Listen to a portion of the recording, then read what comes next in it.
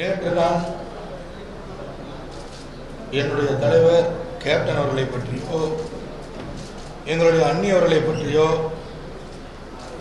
எந்த இடத்திலும் தவறாகவோ மரியாதை குறைவாகவோ நடந்து கொள்ளவில்லை. முழுக்க முழுக்க எங்களுடைய கருத்துக்கள் என்று சொன்னால், எங்கள் என்று சொன்னால் நான் மட்டுமல்ல, இங்கே இருப்பவர்கள் மட்டுமல்ல, ஒட்டுமொத்த தமிழகத்திலே இருக்கின்ற நிர்வாகிகள் தொண்டர்களுடைய கருத்தை தான் எங்களுடைய கருத்துக்களாக நாங்கள் வெளிப்படுத்தினோம். ஆனால் இந்த கருத்துக்களை வெளிப்படுத்தியமைக்காக அது குறித்து எந்தவித விளக்கமும் கேட்காமல், குறிப்பாக ஒரு ஷோகாஸ் நோட்டீஸ் கூட எங்களுக்கு கொடுக்காமல் அதிலே கலந்து கொண்ட எங்கள் அனைவரையுமே கட்சியின் அடிப்படை உறுப்பினரிலிருந்து நீக்கியிருக்கிறார்கள். இந்த அடிப்படை உறுப்பினரிலிருந்து எங்களை நீக்கியது எந்த வகையிலும் எங்களை கட்டுப்படுத்தாது, அது செல்லாது என்பதை இந்த நேரத்தில் தெரிவித்துக் கொள்கிறேன். ஏன் என்று சொன்னால், தலைமையிலே ஒழுங்கு நடவடிக்கை எடுப்பதற்கு தலைமை நிர்வாக குழுவிலே 9 பேர் இருக்கிறார்கள், உயர்மட்ட குழுவிலே 14 பேர் இருக்கிறார்கள். மொத்தம் 23 பேர் கொண்டதுதான் ஒழுங்கு நடவடிக்கை குழு. அந்த ஒழுங்கு நடவடிக்கை குழுவிலே இருப்பவர்கள் இங்கே 5 பேர் இருக்கின்றோம். அந்த ஒழுங்கு நடவடிக்கை குழுவிலே நாங்கள் இருப்பவர்களை நிச்சயமாக எந்தவித விளக்கமும் கேட்காமல் நடவடிக்கை எடுப்பதற்கான சட்ட விதிகள் எங்கள் கட்சியினுடைய பைலாவிலே கிடையாது. ஏனென்று சொன்னால், தலைவருக்கு அதிகாரம் கொடுக்கப்பட்டிருக்கிறது. என்னவென்று, கட்சியிலே இருக்கின்ற ஒரு கிளை செயலாளரோ அல்லது ஒன்றிய செயலாளரோ நகர செயலாளரோ வரையிலும் அவர் தவறான நடவடிக்கையில் ஈடுபடுகிறார் என்று தலைமை கருதினால், அப்பொழுது கூட இந்த 23 பேர் கொண்ட குழுவினுடைய பரிந்துரையின் பேரில் தான் கேப்டன் அவர்கள் நடவடிக்கை எடுக்க முடியும். ஆனால் இந்த அடிப்படை விதிகள் எதையுமே பின்பற்றாமல் ஒட்டுமொத்தமாக எங்களை திமுகவோடு கூட்டணி வைக்க வேண்டும் என்று சொன்ன ஒரே ஒரு காரணத்திற்காக எங்களை கட்சியினுடைய அடிப்படை உறுப்பினரிலிருந்து நீக்கியிருப்பதை நாங்கள் ஏற்றுக்கொள்ள முடியாது என்பதை மீண்டும் தெரிவித்துக் கொள்கிறேன். அதேபோல நாங்கள் நேற்று கூட எங்களை கண்டித்து தலைமை கழகத்திலே சட்டமன்ற உறுப்பினர்களையும் மாவட்ட செயலாளரும் வரவழைத்து பேட்டியளிக்க சொல்லியிருக்கிறார்கள். நான் பெயரை குறிப்பிட விரும்பவில்லை. அதிலே பலரும் என்னிடத்தில் தொலைபேசியில் தொடர்பு கொண்டு இதுபோன்று உங்களை சொல்ல சொல்கிறார்கள். எங்களுடைய கருத்தை தான் நீங்கள் வெளியிட்டீர்கள், அதற்காக எங்களை தவறாக நினைக்க வேண்டாம், உங்களை போன்று இதை பேசுவதற்கு எங்களுக்கு தைரியம் இல்லை, அதனால் உங்களிடத்தில் நாங்கள் சொல்லியிருந்தோம் என்று சொல்லியிருக்கிறார்கள். நான் இந்த பத்திரிகையாளர் சந்திப்பிலே கேட்கிறேன், உங்களிடத்திலே தலைமையிலே கேப்டனிடத்திலே எத்தனை மாவட்ட செயலாளர்கள் இன்றைக்கு நான் தேர்தலிலே போட்டியிட விரும்பவில்லை, இந்த கூட்டணியிலே போட்டியிட்டால் என்னுடைய குடும்பம் நடுத்தெருவிற்கு வந்துவிடும் என்று சொல்லி கட்டிய பணத்தை திரும்ப பெற்றிருப்பது உண்மையா இல்லையா? எத்தனை சட்டமன்ற உறுப்பினர்கள் நான் மீண்டும் போட்டியிடவில்லை என்று சொல்லி தான் செலுத்திய பணத்தை திரும்ப பெற்றிருக்கிறார்களா இல்லையா? இன்னும் மாவட்ட அளவிலே முக்கிய பொறுப்பிலே இருப்பவர்கள் எத்தனை பேர் இன்றைக்கு உங்களிடத்திலே போட்டியிட விரும்பவில்லை என்று சொல்லி இருக்கிறார்கள்? இதை மாநில நிர்வாகிகள் எத்தனை பேர் சொல்லி இருக்கிறார்கள், ஒதுங்கி இருக்கிறார்கள்? இதைத்தானே நான் சொன்னேன். அப்பாவி தொண்டர்கள் 1-2 பேரை பிடித்து வைத்துக் கொண்டு அவர்களை கொண்டு வந்து வேட்பாளராக நிறுத்துவதற்கு முயற்சி செய்கிறீர்களே, பலிகடா வாக்குகிறீர்களே, இது நியாயமா என்பதுதான் என்னுடைய கேள்வி. அதே சமயத்தில் இப்படி பணம் கேட்டு தேர்தலிலே நிற்கவில்லை என்று சொன்னவர்கள் எல்லாம் இப்பொழுது உங்களுக்கு நல்லவர்களாக தெரிகிறார்களா? அல்லது எங்களிடத்திலே தன்னுடைய கருத்துக்களை பல முறை ஆணித்தரமாக அழுத்தம் திருத்தமாக சொன்னவர்கள் எல்லாம் இன்றைக்கு வரவழைத்து அவர்களை வைத்து எங்களுக்கு எதிராக நீங்கள் பத்திரிகைகளை பேட்டி சொல்கிறீர்கள். எங்களிடத்தில் என்ன தவறு இருக்கிறது? இரண்டாவது, இப்பொழுது பொதுவாகவே ஏதோ பணத்தை பெற்றுக்கொண்டு யாருக்காகவோ நாங்கள் வேலை செய்வதை போன்ற ஒரு தோற்றத்தை உருவாக்க முயற்சி செய்கிறார்கள். நான் கேட்கிறேன், 5 ஆண்டு காலம் அதிமுக ஆட்சியிலே 9 சட்டமன்ற உறுப்பினர்கள் வெளியேறினார்கள். அதிமுக ஆட்சியிலே அதிமுக ஆட்சியிலே 9 சட்டமன்ற உறுப்பினர்கள் கடந்த காலத்திலே கட்சியிலிருந்து வெளியேறினார்கள். ஆனால் அன்றைக்கெல்லாம் ஒரு பேட்டி கொடுப்பதற்கு யாருக்காவது நீங்கள் அனுமதித்திருக்கிறீர்களா? ஆனால் இன்றைக்கு நாங்கள் உங்களுக்கு எதிரான ஒரு கருத்தை சொன்னவுடன் அந்த தாக்கம் கீழே இருக்கின்ற தொண்டர்கள் வரையிலும் செல்கிறது. இந்த தாக்கத்தை இந்த கருத்துக்கு தமிழகம் முழுவதும் ஒட்டுமொத்த வரவேற்பு கிடைக்கிறது என்கின்ற பயத்திலே இன்றைக்கு பிரஸ் மீட் கூட்டி அத்தனை எம்எல்ஏக்களையும் மாவட்ட செயலாளர் இன்றைக்கு பேட்டி அளிக்க அனுமதித்திருக்கிறீர்கள். கட்டாயப்படுத்தி பேட்டி கொடுக்க சொல்கிறீர்கள். இதைத்தானே நாங்கள் கேட்டோம். சுதந்திரமாக நாங்கள் செயல்படுவதற்கு இங்கே இருக்கிற பத்திரிகை நண்பர்கள் எல்லோரும் இடத்துல தொலைபேசியில் தொடர்பு கொண்டீர்கள் பலமுறை. ஒரே ஒரு பேட்டி, இதுவே ஒரு கருத்து சுதந்திரம் இருந்ததா? ஆனால் இன்றைக்கு இங்கே வந்திருக்கின்ற எங்கள் மீது ஏற்பட்டிருக்கின்ற பயம் என்று சொல்லவில்லை, ஒட்டுமொத்த தமிழ்நாட்டில் இருக்கின்ற கட்சிக்காரர்களும் தலைமைக்கு எதிராக திரும்பி இருக்கின்ற நிலை உருவாகி இருக்கிறது. அதனுடைய வெளிப்பாடு தான் இன்றைக்கு எல்லோரையும் நீங்க பேட்டி கொடுக்க சொல்றீங்க. அதே போல பண விஷயத்தை பொறுத்த வரைக்கும் சொல்றேன், நாங்கள் எல்லாம் பணத்தை பெற்றுக்கொண்டு கட்சி மாறி இருக்க வேண்டும் என்று சொன்னால் அண்ணா திராவிட முன்னேற்ற கழக ஆட்சியிலேயே எவ்வளவோ எங்களுக்கு விலை பேசினார்கள், நிர்பந்தம் கொடுத்தார்கள், எங்களுக்கு பல வகையிலே நெருக்குதல் கொடுத்தார்கள். ஆனால் இதையெல்லாம் மீறி கேப்டன் தான் முக்கியம், கட்சி தான் முக்கியம், இன்று வரையிலும் அதை கடைபிடித்துக் கொண்டிருக்கிறோம். அதனால நாங்கள் பணத்துக்கு விலை போக வேண்டிய அவசியம் எங்களுக்கு எல்லளவும் கிடையாது. இதிலே குறிப்பாக அதிமுகவிற்கு சென்ற பொழுது சட்டமன்ற உறுப்பினர்லாம் போனாங்க. அப்படி போகின்ற பொழுது 3 ஆண்டு காலம் யாரையாவது கட்சியினுடைய அடிப்படை உறுப்பினரிலிருந்து நீக்கினார்களா? பன்ருட்டியார் அவர்கள் மட்டும் கட்சியிலே பதவி ராஜினாமா செய்துவிட்டு சென்றார். ஆனால் மீதி இருக்கின்ற 8 பேரையும் இன்று வரையில் கட்சியிலே தானே வைத்துக் கொண்டிருந்தீர்கள். இப்பொழுது அவர்களாகவே ராஜினாமா செய்துவிட்டு சென்றிருக்கிறார்கள். இதுதானே உண்மை. அவர்கள் அதிமுக கொடி கட்டிய வண்டியிலே வந்தார்கள், ஜெயலலிதாவுடைய படத்தை பாக்கெட்டிலே வைத்திருந்தார்கள், அதிமுக கரை போட்ட வேட்டியை கட்டி வந்தார்கள். ஆனால் இன்றைக்கு நாங்கள் பாக்கெட்டிலே கேப்டன் படத்தை வைத்திருக்கிறோம், நாங்கள் தேமுதிக வேட்டியை அணிந்து வந்திருக்கிறோம். ஏன் எங்களுக்கு இந்த ஓர வஞ்சனை பாரபட்சம்? உங்களுக்கு எதிராக நாங்கள் என்ன செய்தோம்? இதுதான் என்னுடைய கேள்வி. அதே போல வைகோ அவர்கள் பேசுகிறார். முதலில் உங்களுடைய கட்சியில் இருக்கின்ற பிரச்சனையை பாருங்கள். எங்களுடைய கட்சிக்குள்ளே இது எங்கள் உட்கட்சி பிரச்சனை. எங்கள் உட்கட்சி பிரச்சனையிலே தலையிடுவதற்கு வைகோவிற்கு யோக்கியதையும் இல்லை, அருகதையும் இல்லை. நான் கேட்கிறேன், இன்றைக்கு என்னை பார்த்து சொல்கிறாரே வைகோ, இது சுயநலமாக எடுத்த முடிவு, காசுக்காக எடுத்த முடிவு என்று நான் இதையே திரும்ப கேட்கிறேன்.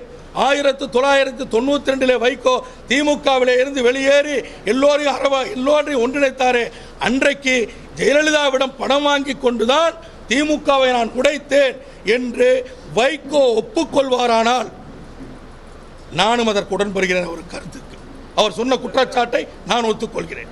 ஏன் இப்படி? உனக்கு ஒரு நியாயம், உங்களுக்கு ஒரு பிரச்சனை வந்தால் அதற்கு ஒரு நியாயம், எனக்கு ஒரு நியாயமா? எந்த இடத்துல நான் திமுகவிற்கு நான் போகிறேன் என்று நாங்கள் சொன்னோமா? இன்னும் சொல்கிறேன், தேமுதிகவிலிருந்து நீக்கினாலும் இந்த கரை வேட்டியை நான் கலட்ட மாட்டேன். இந்த கரை வேஷ்டியோடு தான் இருப்பேன். கேப்டனுடைய படத்தை பாக்கெட்டில் வச்சுக்கிட்டு தான் இருப்போம். இதில் எந்த மாற்று கருத்தும் எங்களுக்கு கிடையாது.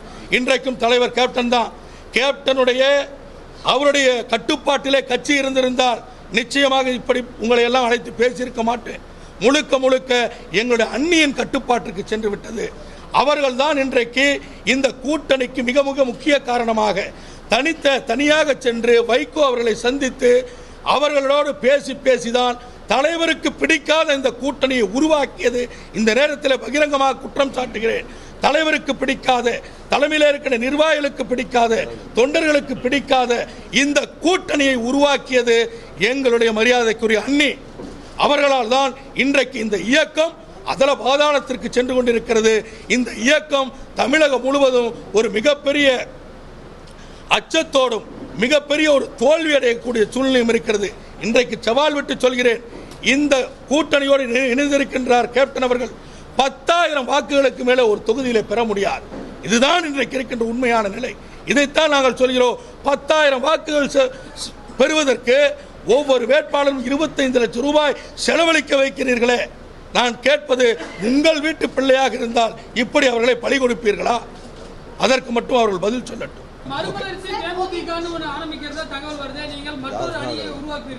தயவு செஞ்சு சார், நேற்று நீங்க கேட்கின்ற பொழுது தெளிவா சொன்னேன். நாளை நாங்கள் எல்லாரும் பேசிட்டு தலைவர் மேல நம்பிக்கை இருக்குன்னு சொல்லிட்டு தான் போனோம். இன்னும் அந்த நம்பிக்கையை கைவிடவில்லை. நாங்கள் 10 பேர் இங்க இருக்கோம். எங்க 10 பேர் அடிப்படை உறுப்பினர் நீக்கியிருக்கார், பதவியிலிருந்து எடுத்திருக்கார். அதை பற்றி நாங்கள் கவலை கொள்ளவில்லை. இனியாவது கேப்டன் திருந்தட்டும். இனியாவது கட்சியை காப்பாற்றுவதற்கு தயவு செய்து திமுகவோடு போய் உடன்பாடு வைத்துக் கொண்டு கட்சியை காப்பாற்றட்டும். எங்களை நாங்களே அழித்துக் கொண்டிருக்கிறோம். கட்சியில இருந்து நீ வெளியேற்றிட்டார், அதை பற்றி கவலைப்படவில்லை.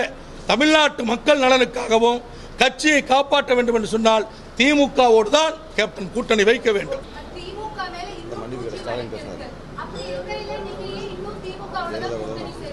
முதல்ல ஒரு விஷயத்தை சொல்லிடுறேங்க. கேப்டன் அவர்கள் இதையெல்லாம் சொன்னாரு, உண்மை ஒத்துக்கொள்கிறேன். ஆனால் நேர்காணலிலே, என்ன முதல்ல அந்த விளக்கத்தை சொல்ல, நேர்காணலிலே எல்லா கட்சியிலிருந்து வந்த அத்தனை பேர்கிட்டையும் திமுகவோடு கூட்டணி வைக்கலாமா வேண்டாமா, இத்தனை சீட்டு தான் தர்றன்றாங்க, இந்த சீட்டுக்கு போகலாமா என்று கேட்டது எதற்காக?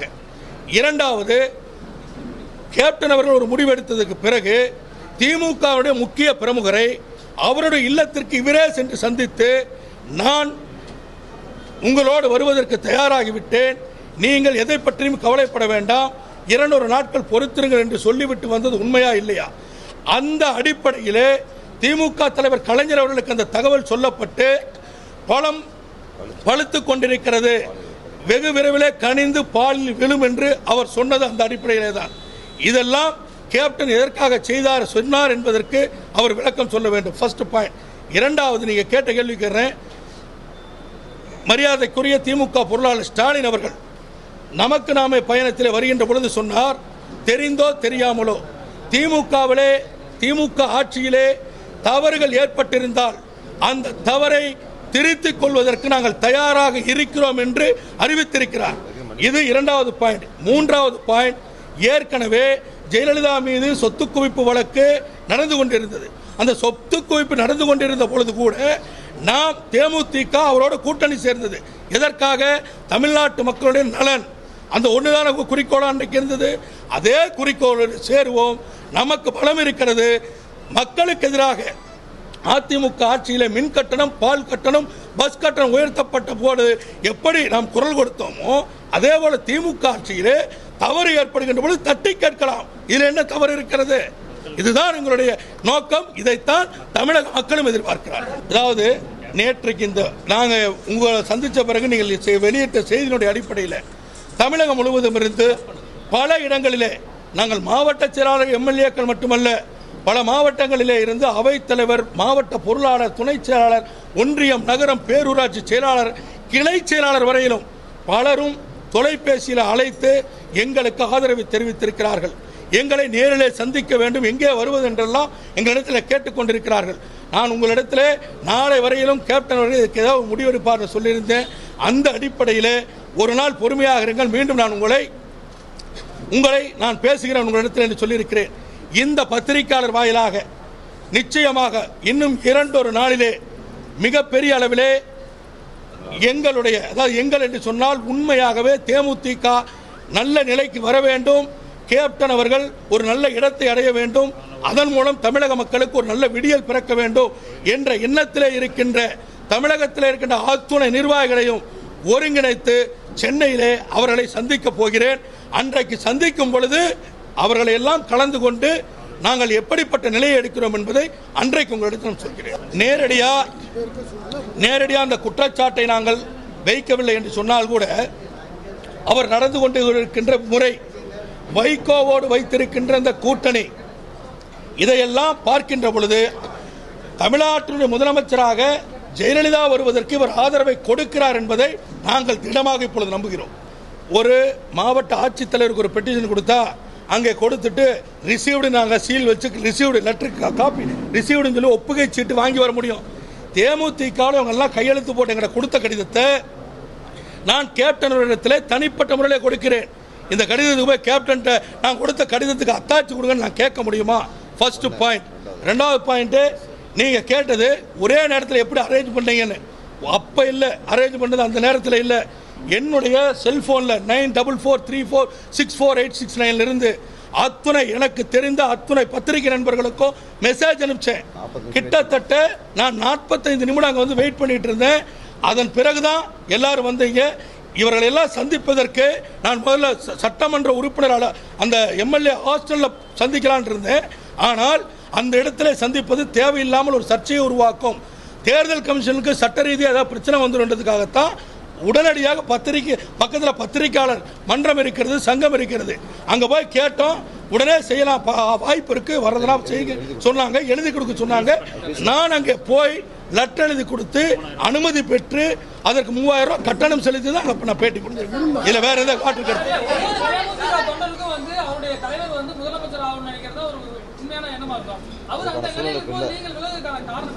ஒரே நிமிஷம். ஒவ்வொரு தேமுதிக தொண்டனும் முதலமைச்சராகணும் கேப்டன்றதை விரும்புறதுல நாங்களும் விரும்புகிறோம், மாற்று கருத்தே இல்லை. 2011 கூட்டணி அமைத்தோம், எதிர்க்கட்சி தலைவர். இந்த 2016 அதிகாரத்தில் பங்கு, 2021 தேமுதிகவில் கேப்டன் முதலமைச்சர். இதுதான் எங்களுடைய இலக்கு. இதை வந்து நாங்கள் பேசுகின்ற பொழுது பேசுகிறோம். ஆனால் எங்களுடைய இலக்கு இப்படி வச்சு தான் அவரும் ஏற்றுக்கிட்டார். இன்னைக்கு நாம போய் ஜெயிக்க முடியும், அவருக்கு தெரியும், நன்றாகவே தெரியும். இதையெல்லாம் எங்களுடைய வெளிப்படையாக பலமுறை பேசியிருக்காரு. இது உண்மை, எங்கள்கிட்ட பேசுனதெல்லாம் உண்மை. இதுக்கு வந்து நாங்கள் ஆதாரம் காமிக்க முடியாது. இதையெல்லாம் பேசியது உண்மை. பக்கத்தில் இருந்திருக்கோம் நாங்கள்.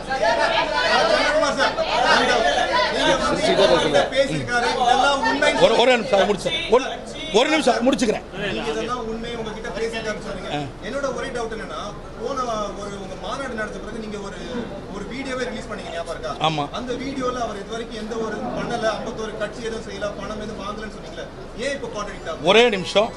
நான் அந்த பேட்டியை கொடுக்கின்ற பொழுது திமுகவோடு கேப்டன் பேரம் பேசுகிறார் என்ற ஒரு செய்தி பரவலாக பரப்பப்பட்டது.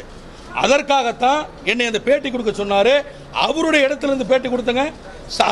எங்க கட்சியினுடைய சரித்திரத்தில் அவருடைய சேர்ல உட்கார வச்சு அவர் யாரையும் பேட்டி கொடுக்க சொன்னதில்லை, பேட்டியாக கொடுக்க சொன்னதில்லை. என்னையே தனிப்பட்ட முறையில் எங்களுடைய கேப்டன் டிவி மீடியா வர வச்சு அவருடைய சீட்டில் உட்கார வச்சு இப்படி தான் நம்ம பேட்டி கொடுக்கணும், நம்மளை பற்றி தவறான செய்தி வந்துட்டு இருக்குன்னு அவருடைய சொன்னதை கேட்டேன். ஏன்னா அவர் மேல அன்றைக்கு வரைக்கும் நான் விசுவாசமா இருந்த நம்பிக்கையோடு இருந்தேன். இன்றைக்கும் இருக்கிறேன். நான் எனக்கு பதவி போனதை பற்றியோ எதுவுமே கவலை இல்லை. என் தலைவர் நல்லா இருக்கணும், அவர் திமுகவோட கூட்டணி வைக்கணும், இது ஒன்று தான் என்னுடைய குறிக்கோள். அதாவது நேர்காணலில் நானும் இருந்தேன். கிட்டத்தட்ட நாங்கள் 9 நாட்கள் நேர்காணல் நடத்தினோம். இந்த 9 நாட்கள் நடந்த நேர்காணல்லையும் வேட்பாளர்களிடத்தில் அவர்களிடத்தில் இந்த கருத்தை தான் கேட்டார். யார்கிட்டையும் பணம் அன்னைக்கெல்லாம் வாங்கலை. அதன் பிறகு தேர்வு செய்யப்பட்டு ஒவ்வொரு தொகுதியிலும் ஒருத்தர் 2 பேர் 3 பேர் வரைக்கும் அவர் ஒரு குறிப்பிட்ட தொகையை சொல்லி அந்த தொகையை கொண்டு வந்து டெபாசிட்டாக கட்டுங்கன்னாங்க. ஒரு சிலர் கட்டினாங்க, ஒரு சிலர் கட்டலை ஆச்சுங்களா. அதனால வந்து இப்போ வேணும்னு கேட்குறவங்களுக்கு திரும்ப கொடுத்துட்டு இருக்காங்க, அவ்வளோதான். அதில் எனக்கு பிரச்சனை இருப்பதா எனக்கு தெரியல.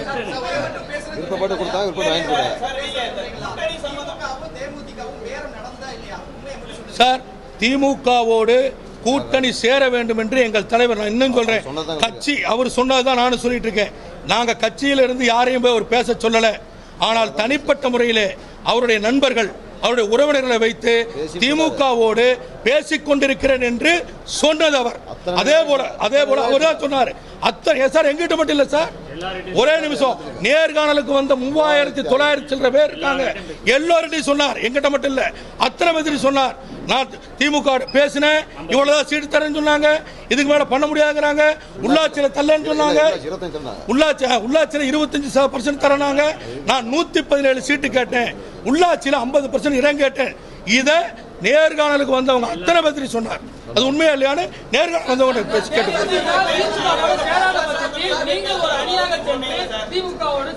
ஒரு நிமிஷம் சார், எங்களுடைய நிர்வாகிகள் எல்லாம் எங்களை தொடர்பு கொண்டிருக்காங்க. 2 நாட்கள் அவங்களை எல்லாம் கூப்பிட்டு சந்திக்க போறேன். சந்தித்ததற்கு பிறகு இதுக்கு முடிவு சொல்றேன், இப்ப சொல்ல முடியாது.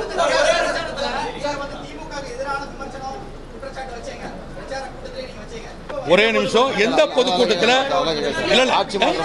பேசல சார், ஆதாரம் தான் சொல்றேன் சார். ஒரு நிமிஷம் இருங்க. நான் திமுக பத்தி பேசுறேன்னு சொல்லி அன்றைக்கே பத்திரிகை நண்பர்கள்லாம் எங்களை கூப்பிட்டு அந்த லோக்கல் இருக்கவங்க கேட்டு பாருங்க, நீங்க திமுகவை ஏன் பேசுறேன்னாங்க. அப்போ சார் ஒன்றும் இல்லை, நக்கீரன் வந்திருக்கு, எடுத்து பாருங்க சார். அதில் போட்டிருக்காங்க, வைகோ என்ன பிரஷர் பண்றார், திமுகவை அட்டாக் பண்ணி பேசுன்னு. நான் சொல்றேன், நான் பாதிக்கப்பட்டது அண்ணா திமுகவால, என் கட்சி பாதிக்கப்பட்டது அண்ணா திமுகவால. தயவு செஞ்சு நீங்க என்ன பிரச்சனை பண்ணாதீங்க. அதிமுகவை தான் அட்டாக் பண்ணி பேசுவோம் நேரடியாக சொன்ன வைகோட்ட இதான உண்மை.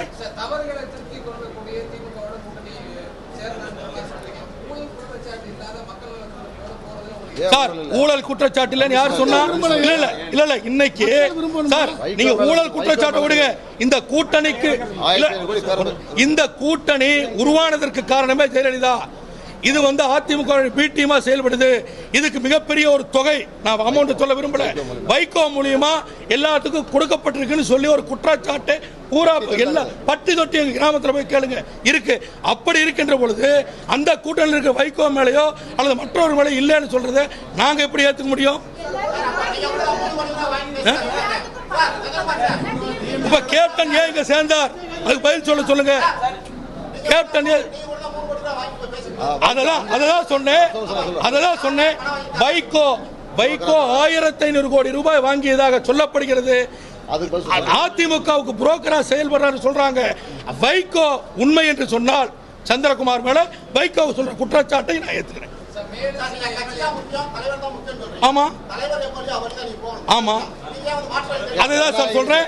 அதாவது இல்ல தலைவர் சொல்லக்கூடிய தொண்டன் ஏத்துக்கணும் இல்லன்றது இல்ல, மாற்று கருத்து கிடையாது. ஆனால் இதான் சொல்றேன் ஏங்க நீங்க கேட்டீங்கன்னா பதில் சொல்றேன். தலைவர் சொன்னதை இல்ல சார் தலைவர் சொன்னதை தொண்டர்கள் ஏத்துக்கணுங்க. இதுதான் மரபு, இதான் ஒரு கட்சியில கட்டுப்பாடு. ஆனால் தொண்டர்கள் என்ன கருத்தை சொல்கிறார்களோ அந்த முடிவை தலைவர் எடுக்கணும். அதப்போ அவர்கிட்ட கேளுங்க. ஏன் எடுக்கணும் அவர்கிட்ட கேளுங்க. கட்சிக்குள்ள இருந்து போராடினோம், கட்சிக்குள்ள உள்ள இருந்து அவர்கிட்ட பலமுறை பேசணும். இந்த கூட்டணி வேண்டாம், இது வேண்டாம். பிஜேபிக்கு என்னைக்கு கூட்டணி 2014 போனாரோ அன்னையிலிருந்து நாங்கள் சொல்லிட்டு இருக்கோம். ஒரு கட்டத்தில் இதற்கு மேல என்னைக்கு ஆண்டாள் அழகர் கல்லூரி இதுவரைக்கும் கட்சி நிகழ்ச்சியை கல்லூரியில் கொண்டு வரக்கூடாது. கட்சி நிர்வாகிகள் யாரும் கல்லூரிக்கு ஒரு எந்த விதமான பரிந்துரை செய்யக்கூடாதுன்னு சொல்லியிருந்தார். ஆனா இன்னைக்கு அதே கல்லூரியில எல்லா மக்கள் நல கூட்டணி வச்சு மாநாடு நடத்துறார். அப்ப இதற்கு மேல இவர் முழுமையா அன்னியுடைய கட்டுப்பாட்டுக்கு போயிட்டாருன்றதை நாங்க முடிவெடுத்துட்டோம். அதுக்கப்புறம் தான் நாங்க வெளியே வந்தோம். வேற எதுவுமே இல்லை.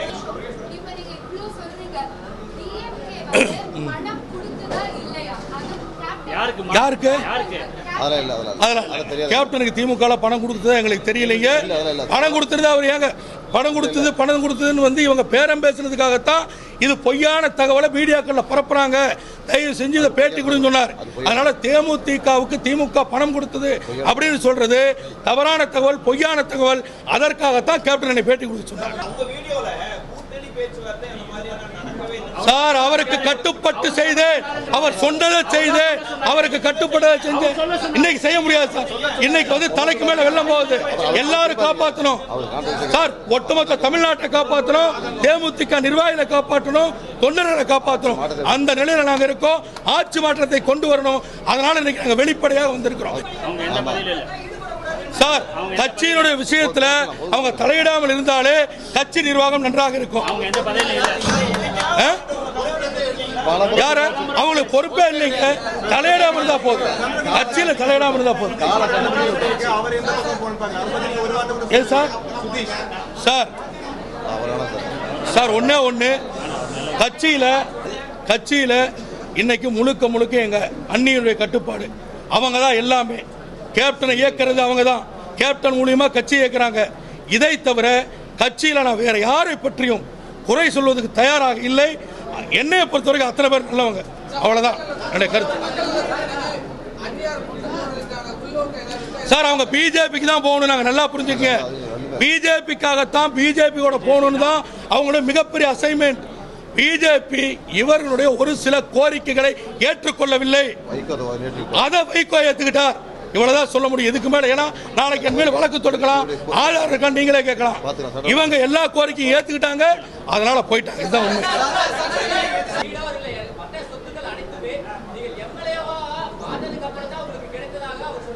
ஒரே நிமிஷம் என் வீட்டுக்கு வாங்க. அத்தனை பேரை நான் செலவு பண்ணி நான் கூட்டு போறேன் ஈரோடு. இல்ல உங்க பத்திரிகை நண்பர்கள்ட்ட கேளுங்க. அந்த வீடு எங்க அப்பாவுடைய வீடு. அந்த இடம் எங்க அப்பாவுடைய இடம் ஆச்சுங்களா. எங்க அப்பாவும் அம்மாவும் நான் பிறந்த உடனே 2 வயசா இருக்கும் பொழுது வாங்கின இடம். வெறும் 1100 சதுரடி. 1100 1056 சதுரடி. அந்த இடத்துல ஒரு சின்ன வீடு, அதை கூட ஒரு சந்து அதுல கூட என் தலைவன் வந்து அதை திறக்கணும்ட்டு அந்த விழாவுக்கு கிட்டத்தட்ட 2-3 லட்ச ரூபாய் செலவு பண்ணி நான் பண்ணேன். நான் வந்து இந்த கட்சிக்கு வந்து எல்லாத்தையும் இழந்தேன் நான் சொல்லுங்க. என்னுடைய வாழ்க்கையை இழந்திருக்கிறேன். நான் கல்யாணமானது 1998. 98லிருந்து 2004 சென்னையில் வந்து அவர் கூட உட்கார்ந்து இன்னைக்கு வரைக்கும் என் குடும்பத்தோடும் என் குழந்தைகளோடு இருந்ததை விட என் தலைவரோட என் கட்சியோடு இருந்தது தான் அதிகம். தயவு செஞ்சு நான் பணத்தை இழந்தேன்னு சொல்லுங்க, என் வாழ்க்கை இழந்திருக்கிறேங்க. என் குடும்பத்தை வந்து நீங்க பார்த்துட்டு தயவு செஞ்சு இந்த வார்த்தை ப்ளீஸ். ஏன்னா நான் மட்டும் இல்லைங்க, இது மாதிரி எல்லாரும் நிறைய இருக்காங்க. ஏங்க ஒரு நிமிஷங்க, இன்னைக்கு ஒரு எம்எல்ஏ பேசுறாரு, நீங்க சொன்னீங்க சொந்த வீடு கிடையாதுங்க அவருக்கு. இன்னைக்கு என்னோட சக எம்எல்ஏ என் கூட பதவியில் இருக்கிறவர் சொந்த வீடு கிடையாது, வாடகை வீட்டில் குடியிருக்காரு. இன்னைக்கு ஒரு எம்எல்ஏ இருக்காரு, நாளைக்கு சைக்கிள் கடையில் போய் வேலை செய்யணும். அவரு தெரியுமா? இதெல்லாம் என் தலைவனுக்கு தெரியுமாங்க? நீங்க வந்து தயவு செஞ்சு கொச்சைப்படுத்தாதீங்க. அதே ஒரு நிமிஷம், ஒரே நிமிஷம் சார், இல்ல ஒரு நிமிஷம் சார், ஒரு நிமிஷம் சொல்லிடுறேன் சார். அதே மாதிரி காரு எம்எல்ஏ கார் வாங்க 2 வருஷம் கழிச்சு நம்ம எம்எல்ஏ இந்தியன் பேங்க்ல லோன் போட்டு எனக்கு வந்து சம்பளத்தில் கட்டி தான் கார் வாங்கினேன். 1 வருஷம் சஸ்பெண்ட் பண்ணாங்க. சஸ்பெண்ட் பண்ண பொழுது கூட இந்த கார் எடுத்துக்குவோம் சார், தயவு செஞ்சு நீ எம்எல்ஏ வரைக்கும் அசிங்கமாக போயிரு மேனேஜர் கூப்பிட்டு சொன்னார். இதே பக்கத்தில் சிஎஸ்ஆரை கூப்பிட்டு கேட்டு அவரிடத்துல 60,000 ரூபாய் வாங்கி கட்டி அந்த மேட்டரை தவிர்த்தேன். ஏன்னா இன்னைக்கு அப்படிதான் சார் இருக்கும். நீங்க தயவு செஞ்சு சார், அவர்கள் பேச வைக்கப்படுறாங்க சார், யாருமே மனசால பேசல சார், எனக்கு தெரியும் சார். சார் ஒரு நிமிஷம் சார், சார் சொல்லிட்டா சார், ஒரே சார், பிழைக்க தெரிஞ்சவர்கள் அதிமுக ஆட்சியில் போனவங்க பிழைக்க தெரிஞ்சு விட்டுருங்க, அவ்வளவுதான். அவன் நீ கேட்டு பதில் சொல்லிட்டு விட்டுருங்க சார். சார் ஒரே நிமிடம், மீண்டும் சொல்றேன், சட்டமன்றத்தில் எங்களுடைய எம்எல்ஏ தமிழகனை நான் கொறடாங்க, அவர் வேற மாதிரி பேசுறாரு, அதை தடுக்கிறதுக்கு தான் போனேன். மீண்டும் நான் அடிக்க போனேன்னு சொல்றீங்க, அது தவறு. First point. 2வது, அவர் கேட்டார் பொதுக்குழு இது மாதிரி ஏதாவது கூட்ட போறீங்களான்னு கேட்கிறாரு. நாங்க எல்லாரும் வர்றாங்க, எங்களை சந்திக்கிறாங்க. அதன் பிறகு நிச்சயமாக அவர்களோடு கலந்து பேசிய பிறகு அடுத்த கட்ட நடவடிக்கை பற்றி உங்களுக்கு சொல்லுவேன். அது வரைக்கும் இல்ல மேடம், திமுகவுக்கு எனக்கு சம்பந்தம் இல்லை மேடம்.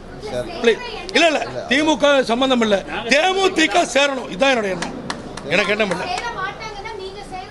இல்ல மேடம், வரட்டும் மேடம், எல்லாரும் வந்ததுக்கு அப்புறம் தான் நான் கேட்கலாம். நானா ஒரு முடிவு எடுக்க முடியாது.